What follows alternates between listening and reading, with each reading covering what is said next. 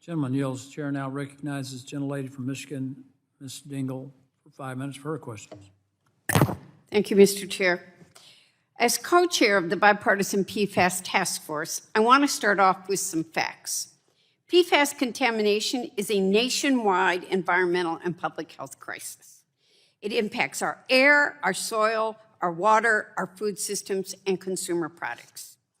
EPA's authority under the Federal Superfund Law, CERCLA, is essential to addressing it. For decades, PFAS was used widely. We acknowledge that.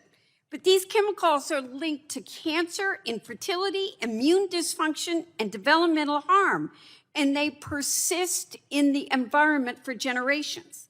Nearly every American has PFAS in their blood, 97 to 99%.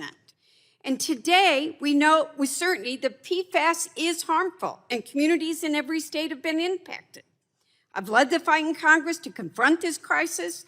I've led the Bipartisan PFAS Action Act, which passed the House twice and would codify the designation of PFOS and PFO as hazardous substances until substances under Superfund, set in statute a national drinking water standard, limit industrial discharge, and strengthen cleanup authority.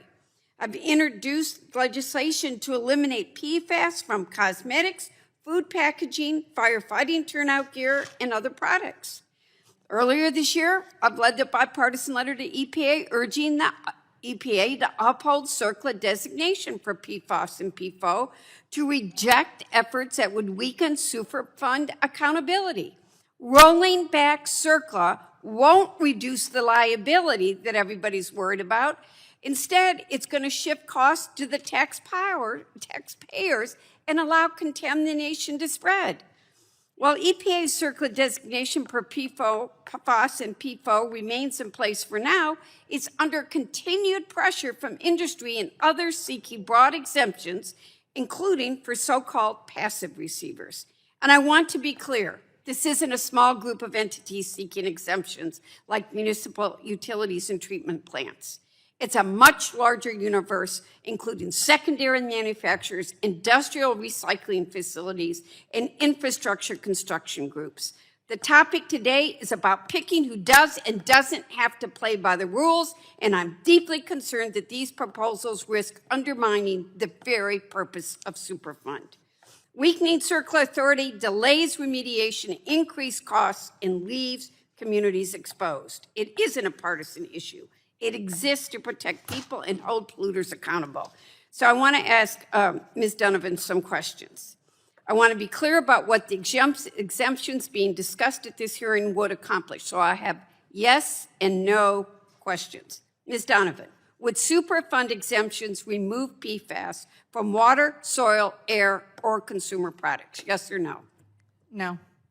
Ms. Donovan, would Superfund exemptions do anything to clean up contamination in impacted communities? Yes or no? No. Ms. Donovan, would Superfund exemptions make any meaningful steps towards getting boots on the ground to clean up the contamination in Cape Fear or other sites around the nation? Yes or no? No. Ms. Donovan, would Superfund exemptions help any of the families who are being impacted by health issues caused by PFAS exposure? Yes or no? No. So I'm going to ask you one more question. I am worried about if I have a family on a plane and you want something, but they are creating other ways to deal with it. Should firefighters who are keeping us safe every single day, would this exemption help them get PFAS out of their gear and other things that they're doing to protect us? No. So thank you to the witnesses for being here today. The risks posed by PFAS are real and serious, and weakening CERCLA would not protect communities. It would expose them to further harm.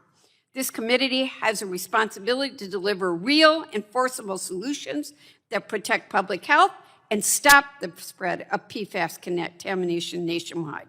I urge my colleagues to take up the bipartisan PFAS Action Act and take real and meaningful steps to address the full scope of the PFAS problem. Let's show the American people we care. Let's show them we know it's in your blood and we don't want it to harm you. With that, I yield back, Mr. Chair.